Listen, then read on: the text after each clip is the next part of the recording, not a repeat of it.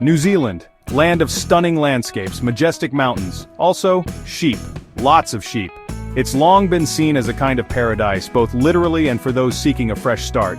But hold on to your jandals, folks, because the immigration game is changing. Big time.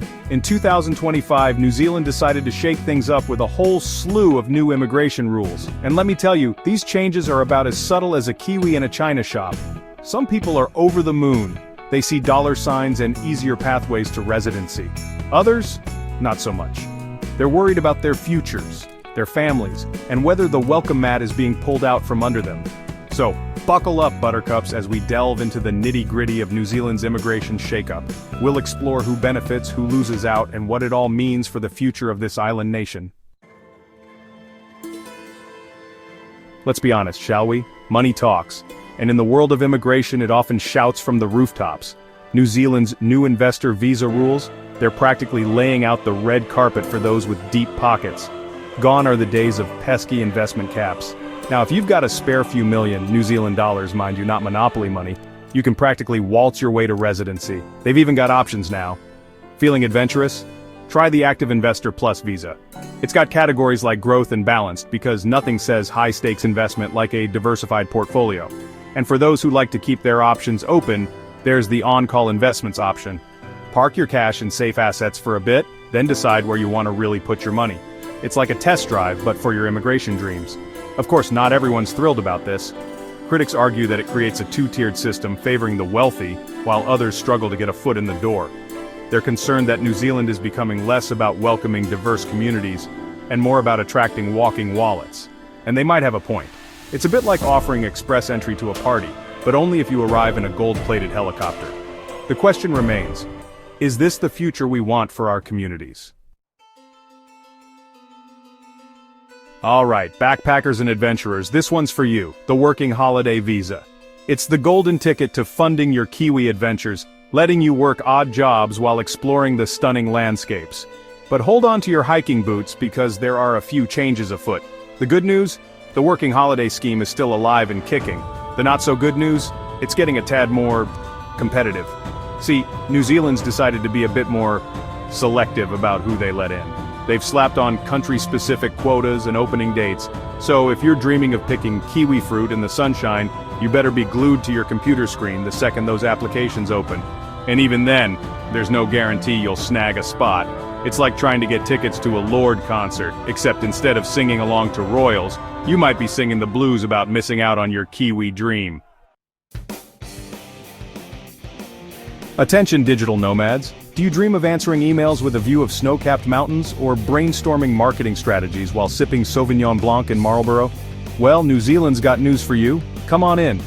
As of January 2025, they've rolled out the welcome mat for remote workers. Got a visitor visa or an NZITA? Fantastic. You can now work your little heart out for your overseas employer, all while soaking up the Kiwi lifestyle. But hold your horses, there are a few rules. You can't exactly stroll into a local cafe and start slinging lattes for cash. No working for Kiwi companies, no providing services to local businesses, and definitely no setting up shop in a physical office.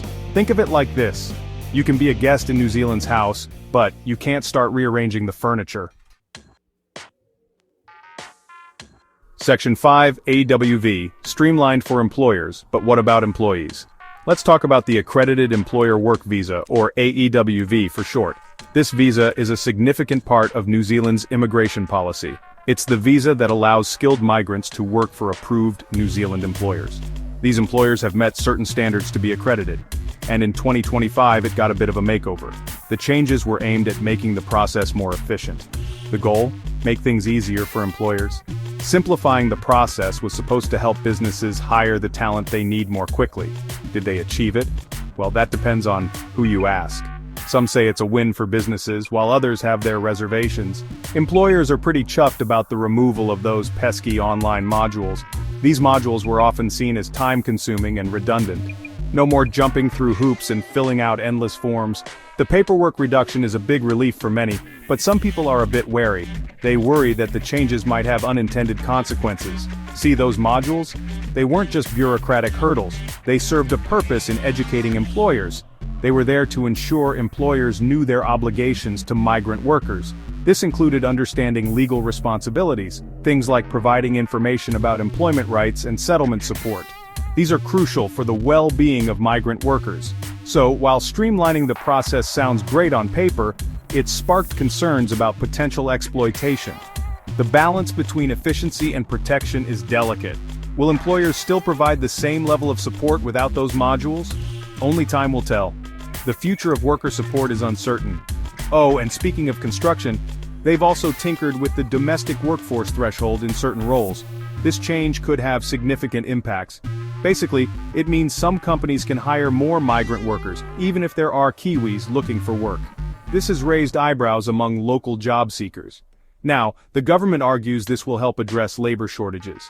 They believe it's a necessary step to keep the economy moving, but critics worry it could drive down wages and make it harder for Kiwis to find jobs in their own country. The debate is ongoing and heated. It's a classic case of one step forward, two steps back, or maybe a sideways shuffle, with a few nervous glances over the shoulder. The future remains uncertain. Section 6, NZETA, all aboard the paperwork train, even for cargo ships. Remember those carefree days of sailing into port, a salty breeze in your hair, and nothing but the open ocean ahead? Yeah, those days are over.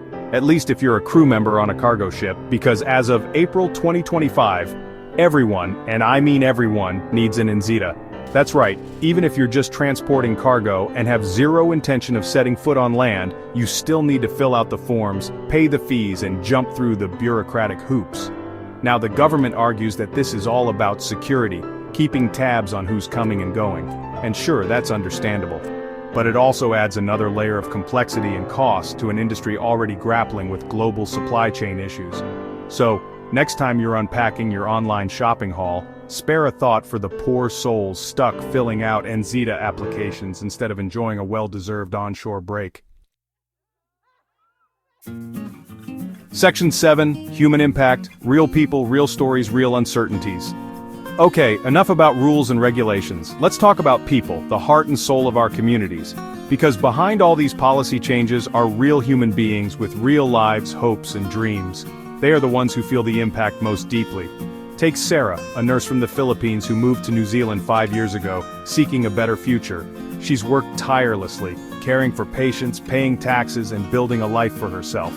Her dedication to her profession and community is unwavering. But now, she's worried that she might not be able to stay. The uncertainty weighs heavily on her mind. The new rules have made it harder for her to renew her visa, leaving her future uncertain and her dreams in jeopardy. Or how about David, a skilled carpenter from South Africa? He too came to New Zealand with high hopes.